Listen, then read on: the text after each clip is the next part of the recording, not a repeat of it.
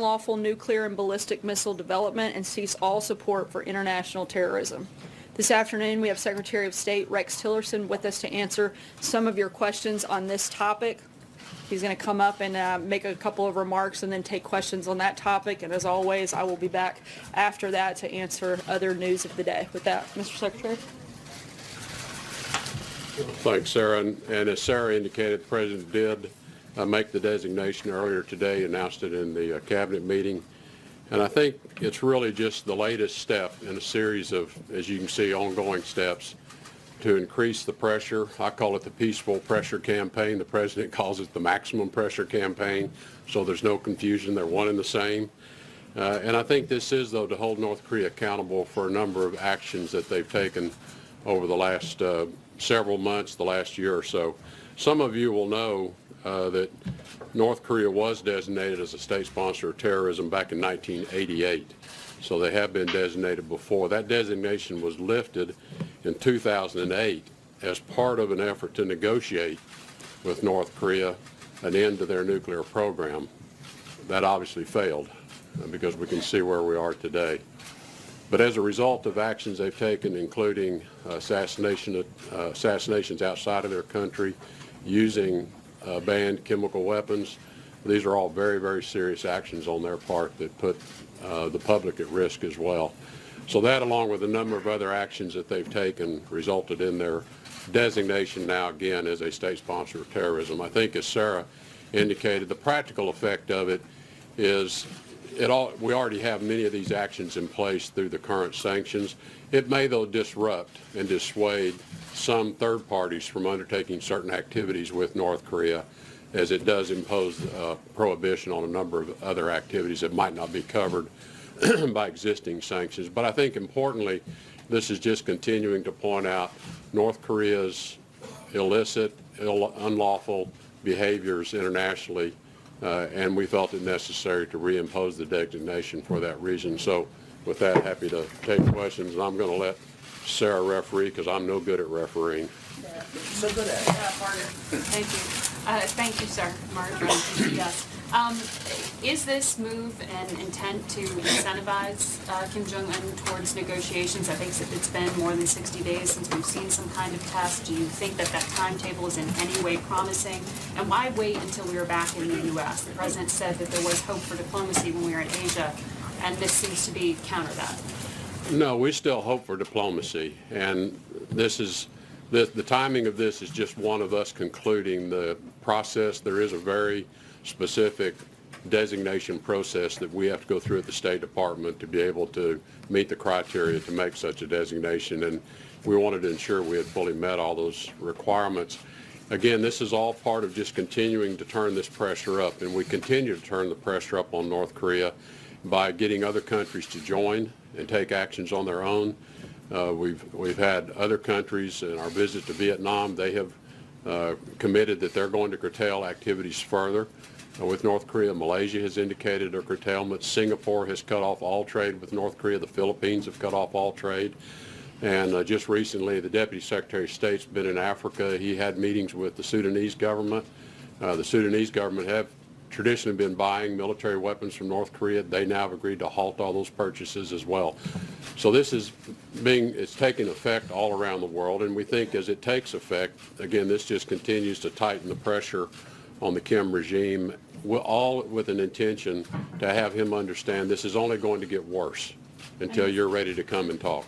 Specific to the 60-day window, he hasn't tested in some time. You don't think it's a trigger? We're hopeful that he continues this quiet period. That's our objective, is that he continue to be quiet as well. This designation, as I said, is one that we're required to undertake from time to time, and we've been monitoring the situation. We wanted to be sure we had sufficient evidence before making the designation. So this is a process that started actually several months ago. Thank you, Secretary. You mentioned that you're attempting to increase regional pressure against the North Korean regime. Do you have any indication that that is working? And if you haven't seen those indications just yet, how long before do you go down this path before the administration has to begin changing strategies? Well, we get a lot of anecdotal information that it is working, and then we do have our own, intelligence sources as well. And then what the Chinese and others share with us, that I think the general belief is it is having a significant effect on North Korea. We know that there are current shortages of fuel based upon what we can gather from anecdotally, but also from certain intel sources. We know that that their revenues are down because a number of the revenue streams are being curtailed now. So I think it is having an effect. Is this the reason we haven't had a provocative act in 60 days? I don't want to suggest to you that I could say, but we're hopeful this period will continue. And again, I think the president in his address in Seoul, South Korea to the General Assembly, I thought he laid out the case very well to them, that he wanted them to come have talks because he wants to deliver a different future to the people of North Korea. Olivia? Thank you, Mr. Secretary. I have a couple for you. The first is, well, can you give us an example of a third-party transaction that is now covered, that was not covered by either existing American sanctions or the UN Security Council sanctions? Well, there could be certain dual-use equipment that may not have been covered under previous sanctions that this would prohibit now a third party selling that dual use. And so, and again, I don't want to suggest to you that the designation is suddenly going to put a whole new layer of sanctions on them, because again, I think we already have North Korea so heavily sanctioned in so many ways with the UN resolutions that have been undertaken. But this will close a few additional loopholes off. And then you and the President both referred to assassinations, plural. We obviously all know about the Kim Jong-nam assassination at the airport. Can you give us another example of another assassination on foreign soil? I don't have anything that I can share with you specifically. Secretary here. Thanks. There seems to be more unilateral U.S. sanctions against North Korea on the way. The Treasury is going to announce something tomorrow. Have you given up on getting China to agree to an oil embargo? We've not given up, and let me say this with China, we continue to talk with them, first to ensure that they are fully committed to implementing all the UN sanctions, and they have assured us they are, which, as you'll recall, the last round of sanctions imposed a pretty severe restriction on the import of finished products, so fuels, petroleum, diesel, jet fuel, and whatnot. But we have suggested to them, look, you control that oil pipeline that feeds their refinery. You can do that unilaterally on your own if you want to increase that pressure. Whether they're doing that or not, we don't know, and it's very difficult for us to know whether they're taking actions to curtail oil supplies to them. Secretary, earlier today, President Trump said that the Treasury Department is going to be announcing additional sanctions tomorrow. He described it as a very large one, the highest level of sanctions. Can you give us any insight into what those additional sanctions may be? Well, I'd like to leave it to Treasury to announce those tomorrow. They're similar to sanctions we've taken in the past. We're just going out much more broadly now to more entities. But I'd like to leave it to their announcement tomorrow and not jump the gun on them. And do you all see today's announcement as more symbolic or as something that really does have a lot of teeth to it? Well, I think it is very symbolic on the one hand, because it just points out again what a rogue regime this is and how brutal this regime is and how little they care for the value of human life. So I think if in that in of itself, I think makes a strong statement of just the nature of this regime. And as I've said, the practical effects may be limited, but hopefully we're closing off a few loopholes with this. Mara? Thank you, Mr. Secretary. Mara Eliason from NPR. If China does not agree to cut off oil shipments to North Korea, how can you possibly get enough pressure on them to come? Well, their fuel supplies are already quite constrained, and as I said, we have evidence that there are fuel shortages in North Korea. Obviously, the civilians are by and large the ones that can't get fuel, so we see long lines of vehicles at petrol stations. We see certain petrol stations that appear to be out of fuel because they're closed when normally they'd be open. So there are indications that fuel supplies are already quite tight. As you know, they only refined a small amount of their fuel needs internally. They only have one refinery that operates, and it operates at a low capacity. So they were heavily dependent on imports of finished fuel products, which have been constrained significantly with the UN sanctions. But is the Chinese action essential? In other words, do you need China to cut off those oil shipments? I don't know that the cutting off of oil is the magic wand or the silver bullet. that is going to bring them to the table. What I would say is that the North Koreans have demonstrated in the past they have an enormous capacity to withstand a lot. They'll make their people pay, but they have an enormous capacity to withstand a lot. So I don't want to suggest that we think that one action is all it would take to get them to the table. Margaret? Thank you. Margaret Talbot with Bloomberg. Thanks for welcome in our briefing room anytime. I want to pick up on Olivia's question about the assassinations. How determinative was that in the specific evidence that you used to make this determination? And I also want to ask you, I think you and Ambassador Haley both spent some time with the president, and that's unusual. I know she was in town today. Can you tell us a little bit about that meeting and any substance that came up there? Well, on the assassinations, the assassination in Malaysia was a significant event that caused us to really begin to look carefully at what else they might have been doing. As you know, that assassination involved the use of a chemical agent, a very dangerous agent, in a public place, and so that really got our attention. One of the things that we wanted to ensure is that we had a sufficient certainty around their role in that particular assassination, and so we've been working with Malaysian authorities as well and been in conversation with them. Wanted to let them have their own process obviously play out as well. With respect to Ambassador Haley and I, we were just both in the cabinet meeting today. Was the threats, I know, without getting too much into it, that there had been a suggestion from the North Korean media about some violence directed toward the U.S. president. Was that a determinative factor at all in the decision to make a designation? No. Peter? Mr. Secretary, Peter Baker, New York Times. Thank you for coming. You talked about assassination on foreign soil using a chemical agent. Russia has been accused of assassination on foreign soil, including using polonium in London. Should they be considered for the same sort of designation? I think we have to consider every country that would take a substance like that and use it illegally. Is there a process like that going on right now with Russia? I don't want to comment on that. Trey? Thank you, Mr. Secretary. Trey Yanks with One American News. Two quick questions for you. How do you balance the impact of sanctions?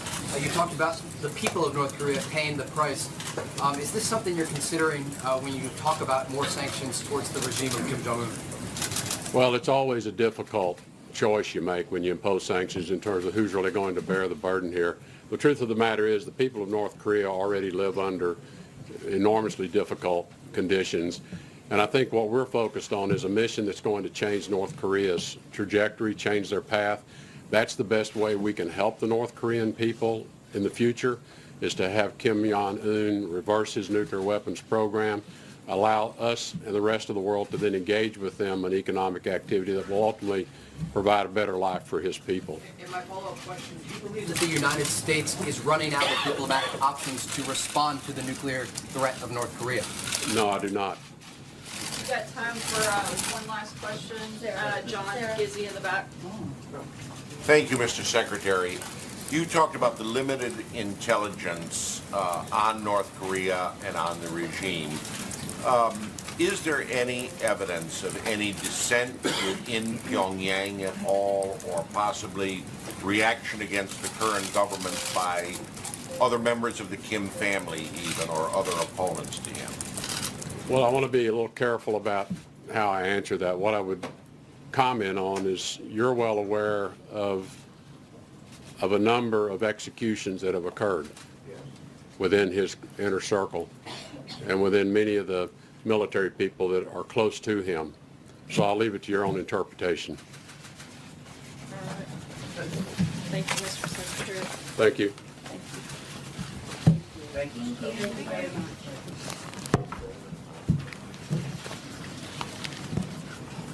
Hold on, we'll get to some more questions. I know that there is obviously a lot of interest today. Thank you again to Secretary of State for coming in and answering questions. As many of you, to shift gears just a little bit on some happier notes, I'm sure a lot of you have started to notice that the Christmas season has officially arrived here at the White House. This afternoon, the First Lady and Barron Trump will receive a beautiful 19-foot Christmas tree, which will serve as the official Christmas tree on display in the Blue Room. The tree will arrive via horse-drawn wagon and will be presented by Jim and Diane Chapman and their son David of Silent Night Evergreens in Wisconsin. The Chapmans were grand champion winners of the 2017 National Christmas Tree Contest, sponsored by the National Christmas Tree Association. The NCTA has presented the official White House Christmas tree since 1966. The grand champion grower wins the privilege of presenting a tree to the White House, and we're excited to have them here today for the 52nd time. As you probably also know, we've got some other holidays like Thanksgiving coming up, and this will be our last press briefing before the Thanksgiving holiday in this room. So I want to share a few things that I'm thankful for, and I think it would be nice for you guys to do so as well before asking your questions. Obviously, you probably know, and it's no secret, that I'm clearly very thankful for all of you here in the room, and I think that goes without saying. But in all seriousness, I'm very thankful for my family, my faith, particularly thankful for the brave men and women of the military, many of whom are away from their families during the holidays, protecting the freedoms that all of us in this room and across this country enjoy. I'm thankful for the police, the firemen, and first responders who keep us safe here at home, and I'm certainly thankful for the incredible privilege of serving this president and the American people.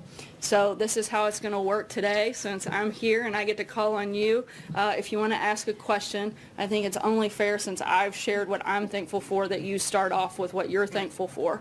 So anybody want to be first on what they're thankful for? I'll give it a whirl. April, you've been so eager, so I'm going to go with you to start us off on what you're most thankful for. I'm thankful for life. I'm thankful for my children. I'm thankful for 20 years in this job. I'm thankful to be able to talk to you and question you every single day. I feel the gratefulness there. Now my question. Yes, ma'am.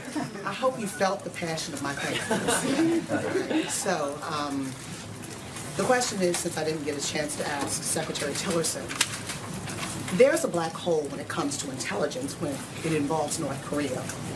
And he was talking about, he said, Secretary Tillerson said, things will get worse until they're ready to talk.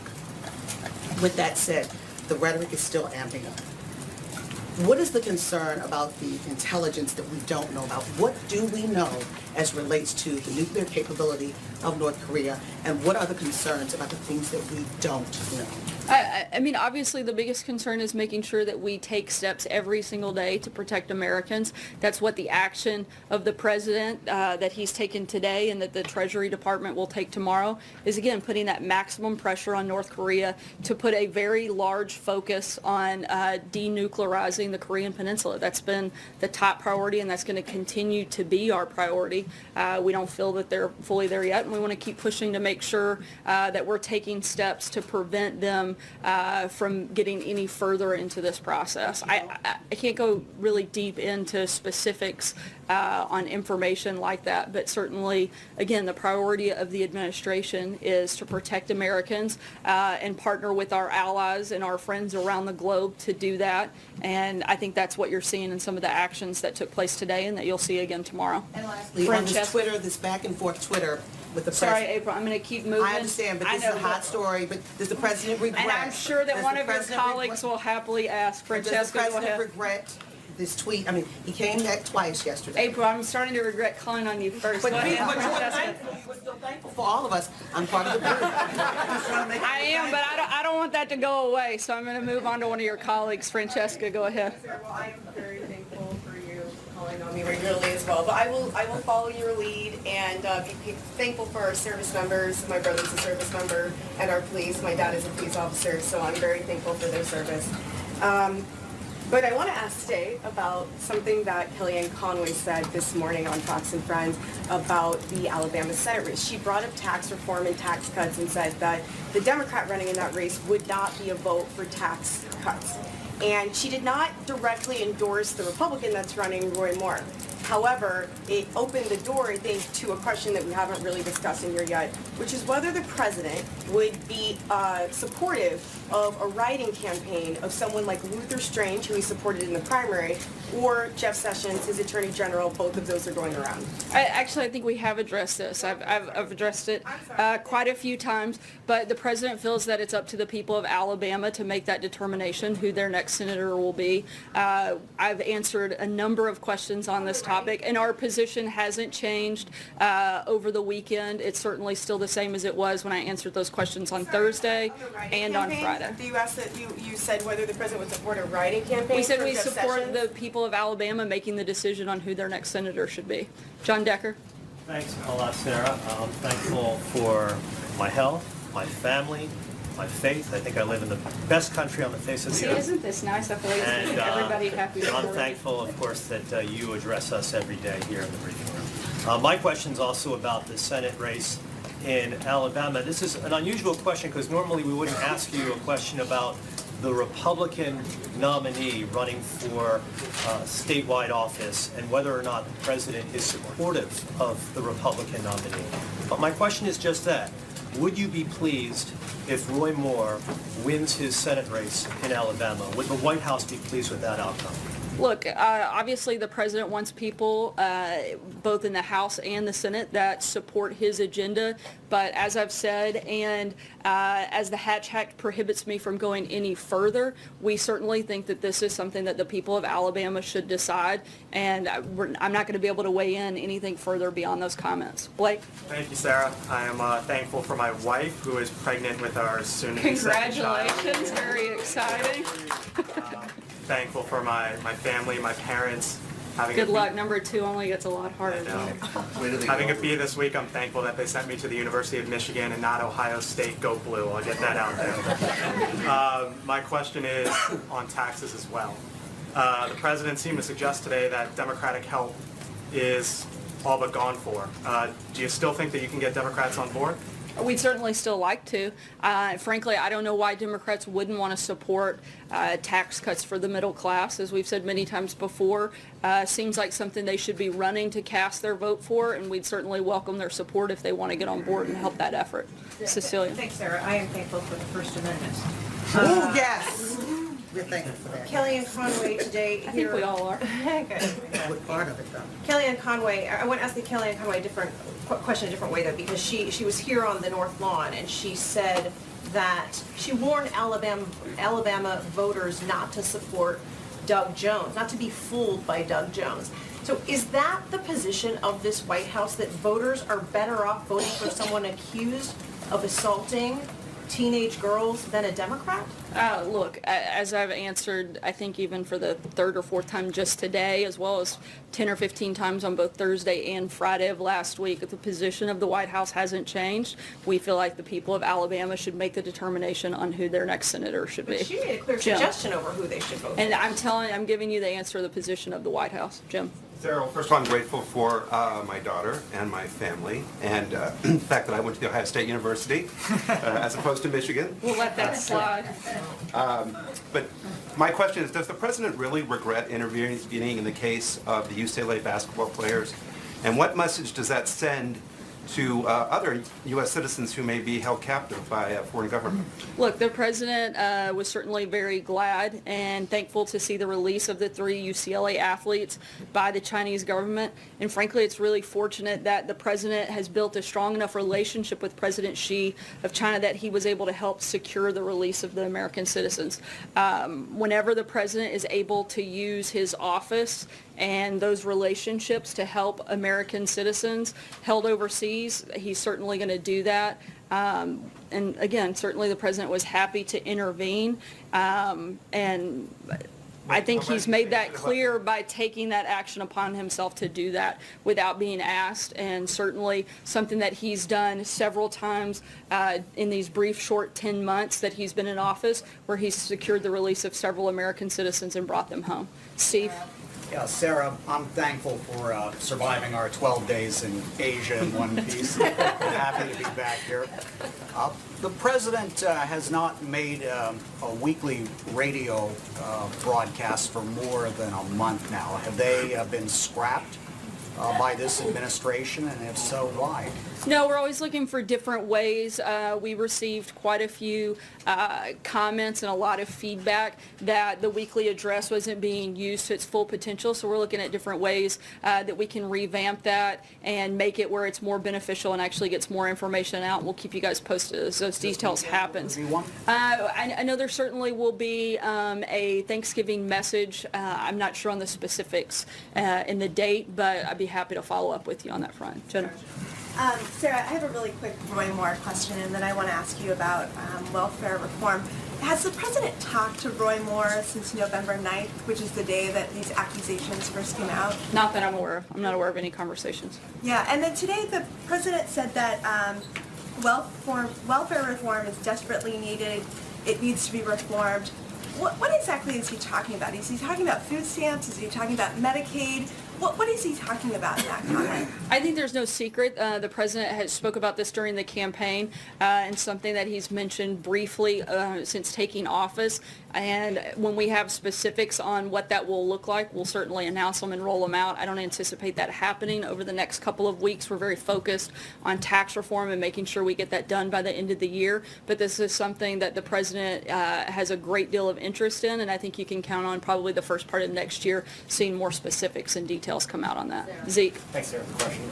You mentioned on Friday the president released an expanded list of potential selectees for the Supreme Court should a vacancy open up. Number one, if you elaborate. Zeke, you did break the rule of not offering anything you're thankful for.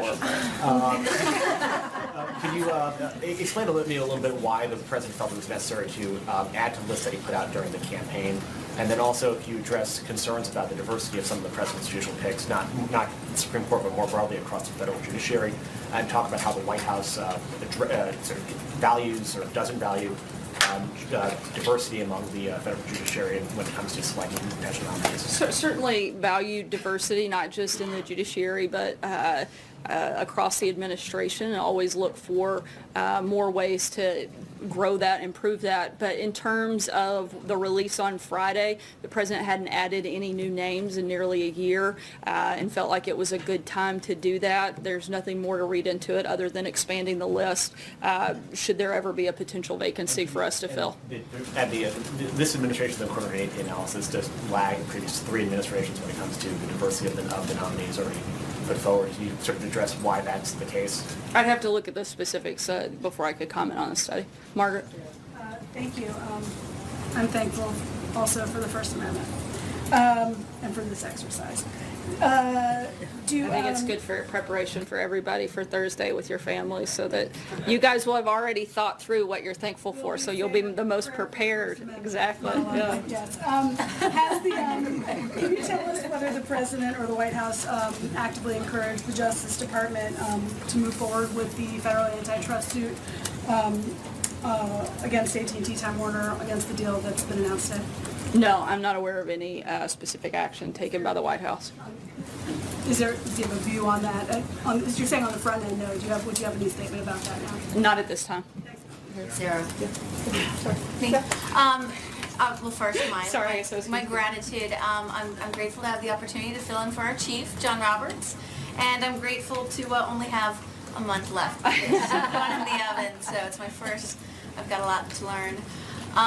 My question is back to the UCLA basketball players. President Trump over the weekend, he called them ungrateful. And I'm just curious because, the players have already apologized in their briefing last week. So what more would President Trump like to see from them? What would satisfy him? Look, I think that the president, like I said, was happy to intervene. I think it was less about the players, and the father of one of the Americans released seemed to have a problem with it. Frankly, it didn't seem like the father wanted the president to intervene, which I think would have been a sad thing if he hadn't, most likely. And Matthew? Does he believe that he really should have left the players in jail? Or? No, I think if that's the case, he wouldn't have taken the action that he did and certainly acted in order to help get those individuals released and brought back to the country. Matthew? So following on that, if that's not how he feels, then why did he say that he should have left them in jail. And Look, what the are president what are was we res- supposed to take Yeah, from look, that? the president it was a rhetorical response to a criticism by the father.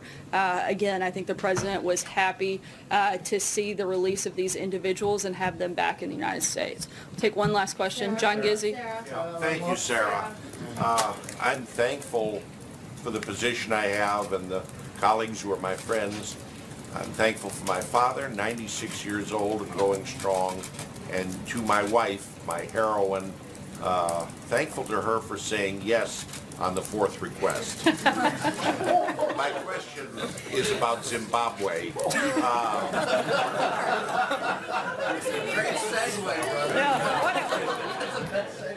That's the best pivot I've ever seen. Will the administration recognize the new regime that apparently is being led by General Chiwenga in Zimbabwe, and will there be any interaction with the new government in Harare, specifically about their cutting back on the influence of China and North Korea in their country? I don't have any announcements on our relationship with Zimbabwe at this time, but certainly we'll make sure and keep you guys posted. Again, want to wish everybody a happy Thanksgiving, and thank you for participating in this very fun exercise. We'll be around today and tomorrow. Thanks, guys. So aside from North Korea, which we covered off the top of this newscast at 3 o'clock White House time, one of the big topics today seems to be Kellyanne Conway in her comments this morning, the top White House advisor, apparently doing a 180 on whether people should vote for the Republican Senate candidate, Roy Moore of Alabama. 4 women, of course, have accused Roy Moore of sexual assault or harassment, including one who said she was 14 years old and he was 32 at the time. We'll actually hear from her in just a moment. 4 other women say that he pursued relationships with them when they were teenagers and he was in his 30s. Roy Moore denies the accusations. President Trump has not responded to questions on the matter. In fact, he's not commented at all on those accusations or whether Moore should quit the Senate race. But listen carefully to what the president's counselor, Kellyanne Conway, said on this network this morning about whether people should vote for Roy Moore. So vote Roy Moore? I'm telling you that we want the votes in the Senate to get this tax bill through. Vote for Roy Moore? Well, we want the votes. They don't think the Democrats is going to have the votes, so what is she saying? Just last week, Kellyanne Conway said no vote was that important. Listen. The principle, the incontrovertible principle, is that there's no Senate seat that's worth more than a child. Absolutely. And we all want to put that forward. So no Senate seat that's worth more than a child. Presumably she means what happened to these children. Presumably that means, do they believe them or do they not believe them? And if they don't believe them, well, Kellyanne Conway also said today that President Trump has no plans to campaign for Roy Moore. And you heard the questions asked in the briefing room there, and sort of reverting to, we want Alabamians to do what Alabamians want to do, except that Kellyanne Conway, counselor to the president, advisor to the president, came out this morning and said, we want those votes, so dog whistles don't make noises, or I would make a whistle. Jonathan Seri's live in Birmingham, Alabama. Jonathan, did you hear the whistle? Yeah, well, you know, I'm trying to piece it all together from what I've been hearing here, both out of the White House briefing and Kellyanne Conway. What I am hearing is that even though President Trump is not officially campaigning for Roy Moore, he's certainly not campaigning against him. And so how does that affect the Moore campaign? Well, the Moore campaign is trying to portray itself, try to portray their candidate as the most likely candidate to enact the Trump agenda. This morning, Trump tweeted something to the effect of Doug Jones in the Senate equals no wall, referring to Doug Jones, his Democratic challenger. Moore is also trying to capitalize on Alabamians' sense of independence, reminding them that the December 12 general election is about their decision, not what folks in Washington are telling them to do, Shep. Jonathan Seri in Birmingham for us. Thanks. Let's turn to Alex Eisenstadt now, reporter for Politico. What is do you have a reporting on what the White House position here is? I heard Sarah Sanders say to leave it to the people of Alabama. I heard Kelly Conway kind of say something different. Yeah, you know, it's interesting. We're hearing some mixed messages from the White House on this. But what's pretty clear is that the White House, for now, isn't taking any kind of hard line against Roy Moore. On one hand, they're saying, look, perhaps it's up to the people of Alabama to make this decision. On the other hand, perhaps they're saying, well, we kind of want Roy Moore to win. But whatever you call it, they're not really taking a hard line, a hard tack against him. And that's got to be frustrating for people close to Senate Majority Leader Mitch McConnell, who really wanted the White House to put some pressure on Roy Moore, particularly after Trump came back from that 12-day Asia trip. Republican Senate leaders really wanted the president to intervene in this race, and that just isn't happening right now. He did mention on Twitter, though, the Al Franken situation. Al Franken's, of course, didn't involve, there is photographic evidence, obviously, but it didn't involve a minor child. That's right, and that's what makes this situation even more vexing. He's talking about Al Franken. He's willing to attack Al Franken on Twitter, but he's not willing to weigh in on Twitter or in any other fashion on Roy Moore. But look, this issue is a sensitive one for Donald Trump because, of course, he faced his own accusations of sexual misconduct prior to the election. So he's got to be careful in terms of how he addresses this topic. Very interesting. Alex Eisenstadt from Politico. Alex, nice to see you again. Thank you. Thank you. It was a rhetorical response. That's what we just heard from the White House after the president tweeted that he should have left the 3 UCLA student athletes inside a Chinese jail, just should have left them there. The president reacting to comments from the father of one of the students. You heard all of that playing itself out in the White House briefing. We'll have the background and an update from our correspondent Trace Gallagher. That's next. If you will, out of the White House briefing just a moment ago, the White House officially says the president was speaking rhetorically when he said he should have left 3 college basketball players in jail in China after they face accusations of shoplifting there. Sarah Sanders speaking moments ago at the White House about it. And here it is. It was a rhetorical response to a criticism by the father. Again, I think the president was happy to see the release of these individuals. But the thing is, afterwards, he said he should have left them in the jail. That's what he tweeted. President Trump tweeted exactly that, leaving the students in jail after the father, whom Sarah Sanders just mentioned, of one of the children, or one of the players, downplayed the president's role in getting them out of China. The father's name is LeVar Ball. He's LiAngelo Ball's dad. LiAngelo Ball is the student at UCLA. The father told ESPN, everybody wants to make it seem like he helped me out. President Trump says he spoke to the president of China during a meeting in Beijing about the releasing of the players. And the president tweeted last night, quoting now, shoplifting is a very big deal in China, as it should be. 5 to 10 years in jail, but not to Father LeVar. Should have gotten his son out during my next trip to China instead.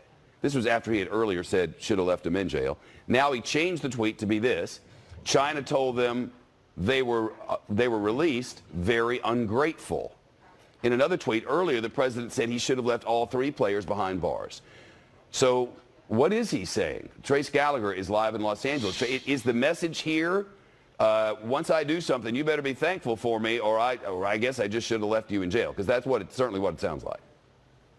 It does, and we should note off the top, Shep, that the players themselves, talking about Jalen Hill, Cody Riley, and LiAngelo Ball, have all thanked the president, and they are not backtracking on those thank yous at all. LeVar Ball is clearly known for kind of stirring things up. We know that he's got the Big Baller brand for the family. He's got the Ball in the Family Facebook reality show. They have done very well. But LeVar Ball has also made some pretty outlandish claims, saying he could have beaten Michael Jordan one-on-one, that his son Lonzo Ball is already better than Steph Curry, even though Lonzo has one of the lowest shooting percentages for a rookie guard in history. But LeVar Ball also raised eyebrows when he said this about his son shoplifting, quoting here, Shep, "I'm from L.A. I've seen a lot worse things happen than a guy taking some glasses. My son has built up enough character, then one bad decision doesn't define him." But critics say the president gave LeVar Ball exactly what he wanted, which of course was a great deal more exposure, and this thing continues to go on, Shep. Trace, this has been a kind of a political football along the way. And really, it's really kind of back and forth along the party lines. You have California Democratic Congressman Adam Schiff, who said this, and it tweeted this, quoting, "The president would have left American students in a foreign jail because their families didn't lavish sufficient praise on him? How can someone in such a big office be so small? And the White House also said this just minutes ago. Watch. I think that the president, like I said, was happy to intervene. I think it was less about the players, and the father of one of the Americans released seemed to have a problem with it. Frankly, it didn't seem like the father wanted the president to intervene, which I think would have been a sad thing if he hadn't. A couple of things we should note. We did find a case where a Chinese woman was sent to prison for 10 years for stealing a cell phone, but we talked to legal experts who say it would be highly unlikely for these three players to get any jail time at all for shoplifting, although they also point out that, in fact, they could be caught up in the Chinese legal system for several months. So in essence, they believe that the president did these families a favor by helping secure their release. Shep. Fair enough. Trace Gallagher, thank you, sir. America's top nuclear commander says he would refuse an illegal order from President Trump or anybody else to launch, or any previous president. In other words, if you tell me to do something illegal, I'm not going to do it, including launching a nuclear weapon. But the general might not get the final say because President Trump would have some options. Those options are next. News in from our corporate cousins at the Wall Street Journal. The Journal is now reporting in a headline that was out 4 minutes ago, the U.S. Justice Department is expected to file a lawsuit challenging the AT&T Time Warner deal. AT&T trying to purchase Time Warner, including our competitors at CNN. It appears now the Justice Department is getting in the middle of it, according to the reporting of the Wall Street Journal. More details throughout the next hour as they become available. The country's top nuclear commander starting a debate after he said that he'd resist an order for an illegal nuclear launch from President Trump.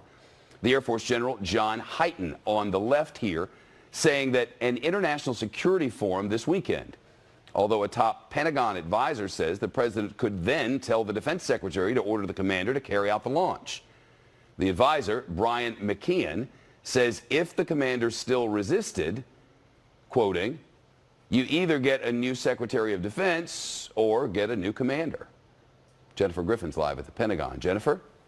Well, Shepard, the remarks came at the Halifax Security Conference. General John Hyten, as you mentioned, is the four-star Air Force commander who oversees U.S. Strategic Command based near Omaha, Nebraska. He said if the President of the United States gave him an illegal order to launch a nuclear strike against another country, that he would refuse the order. I provide advice to the president. He'll tell me what to do, and if it's illegal, guess what's going to happen? You say no. I'm going to say, Mr. President, it's illegal. And guess what he's going to do? He's going to say, what would be legal? And we'll come up with options of a mix of capabilities to respond to whatever the situation is, and that's the way it works. A legal order to fire a nuclear weapon would include defending the homeland if a nuclear weapon were fired at the U.S. An illegal order could include a preemptive strike that is not proportional to the threat. That's really what's being debated in light of the president's escalating rhetoric toward North Korea. Shepard. Jennifer, what else could Congress do to create checks and balances on the president's ability to launch a nuclear strike? Well, Congress could basically, they could pass legislation that required the Defense Secretary and Secretary of State to agree with the president. Right now, the president has the sole authority. But remember, even if the president fires the Defense Secretary and gives the order, there are still 5 land crews out in Nebraska that have to turn the key at the same time. They would all have to agree to fire that weapon. Jennifer Griffin with news that's been bubbling. Jennifer, it's nice to see you, and thank you. The final bell will toll in just a couple of minutes on Wall Street. Stocks are up on the day, largely speaking. Oil is off a little bit. The Dow having a pretty good session. Neil Cavuto in the best in business coming up. Should news break out, we'll break in because breaking news changes everything on Fox News. Cavuto's up after this. Today, the United States is designating North Korea as a state sponsor of terrorism. This designation will impose further sanctions and penalties on North Korea and related persons and supports our maximum pressure campaign to isolate the murderous regime. Welcome, everybody. I'm Neil Cavuto, and you're watching Your World. And just when you thought that the Hermit Kingdom couldn't be any more alienated in the human race, a sign today the administration was going to do its darndest to make sure it was even more ostracized by naming it a state sponsor of terror. That brings together the United States' most potent financial forces on top of those China is reportedly already using to get the North Koreans to bend and at least try to behave. Well, good luck on the latter. To Blake Berman at the White House on the timing of all of this right now. Hey, Blake. Hi there, Neil. Yeah, and the president, keep in mind, returned back from his trip 12 days to the Indo-Pacific region last week. We had been waiting to see whether or not he would make this announcement and when he might do it. It was a show of strength, I guess you could say, that he chose to do it earlier today here at the White House with his full cabinet by his side. President Trump announcing that he has put North Korea back on the state sponsor of terrorism list. North Korea was put on that list first in 1988, taken off it some 9 years ago in 2008, back on it again, as the president says. He is putting them on. The president also announced during that cabinet meeting that the Treasury Department tomorrow will have an additional sanction on North Korea, as he put it, that is, quote, very large. However, in a surprise appearance earlier today during the White House press briefing, the Secretary of State Rex Tillerson conceded that this designation, in part at least, is symbolic due to the many months and many years of sanctions against North Korea. Listen here to Tillerson from just a little while ago. I don't want to suggest to you that the designation is something going to put a whole new layer of sanctions on them, because, again, I think we already have North Korea so heavily sanctioned in so many ways with the UN resolutions that have been undertaken. But this will close a few additional loopholes off. Now, Tillerson did say, Neil, that this designation could potentially dissuade or could disrupt third parties who do business with North Korea. That could be one of the other effects from it. He did not say what this very large sanction tomorrow might be, and you hit on it right off the top.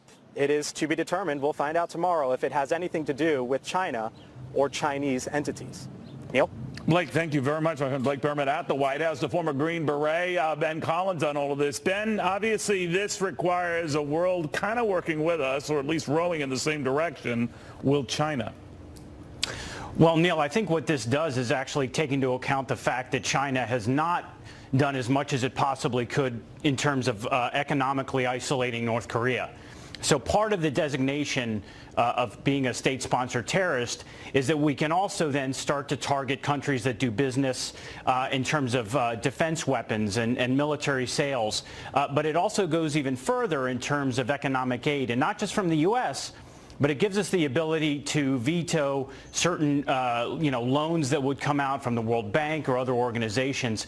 So to me, this is actually going to be a big step in trying to cut off some of those countries that are still actually doing business with North Korea. You know, you always have to try to push North Korea to the point at which it is the country that says enough, we can't deal with this. But for years, for decades, through administrations, Republican and Democratic alike, they've been able to nicely move on here.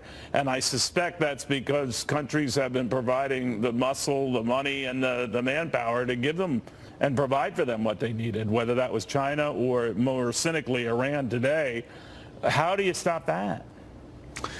Well, Neil, I mean, I think we're at a point now where the world is finally waking up to the fact that this regime under this leader specifically, as you said, for the last 20 years, I mean, they've gone from a 1 kiloton bomb to something that's, easily twice the size of Hiroshima. Now they have the technology to put a missile into space. So the danger is real. They've overflown Japan twice.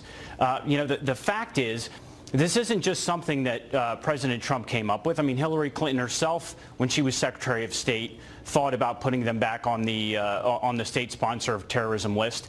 But if you look at the actions of North Korea, just in the very recent, this isn't just because of what they've been doing in terms of their nuclear program. This is very specific to the assassinations that North Korea has supported and driven and ordered in foreign territories, like Kim Jong-nam, who is the half-brother of the current regime, Kim Jong-il's of his, where they sent two women and they used VX nerve agent to assassinate his half-brother. Yeah. So look, the actions of North Korea have put them in this situation, going back all the way from 1988 when they were first put on the list, and then they were taken off in 2008 as a show of good faith if they would submit to a deal. But nothing is working, and the talk has not worked, so we have to take more dramatic steps. Ben Collins, thank you very, very much, my friend. Good seeing you. You too, Neil. All right, well, timing might be everything here, but we're told that the heightened security in many U.S. cities has nothing to do with this latest crackdown on North Korea and everything to do with trying to keep Americans safe, for example, in New York City for the big parade and everything else as we get ready for the Christmas season, which will add an extra week with the timing of holidays. Laura Ingle in Herald Square, New York City, with the latest. Hey, Laura. Hi, Neil. Well, shoppers are clearly already out in force, and so is the NYPD, especially when it comes to these really large events. And, of course, the Macy's Annual Thanksgiving Day Parade is no exception. In fact, it's one of our banner events here in the city of Manhattan where we see so many people. And today we heard from police and city officials about just how intense security is going to be. Over 1 million spectators are expected to line the parade route to see the floats, the gigantic balloons we've all come to know and love, and all those performers. Each year, city officials talk about parade security, but after the deadly Halloween terrorist attack in Lower Manhattan, which killed 8, today the NYPD announced their security plans that will be noticeable. We'll see those sand trucks, heavy weapons teams, K-9 units, and aviation units all around the parade. And of course, there are always the undercover operations that we don't see. New York City Mayor Bill de Blasio says the city is ready. There will be a very strong presence of the NYPD, stronger than ever, in fact. I want to emphasize, this is the most important thing I'll say, there are no credible and specific threats against New York City at this time. There are no credible and specific threats against these events. That being said, we will have a very forceful NYPD presence. We will be prepared for any eventuality. In the wake of recent violence across the country, other cities have announced they're beefing up security around shopping centers, tree lighting ceremonies, and other outdoors events. In Pittsburgh, for instance, police there have replaced 35 cameras downtown to state-of-the-art high-def cameras.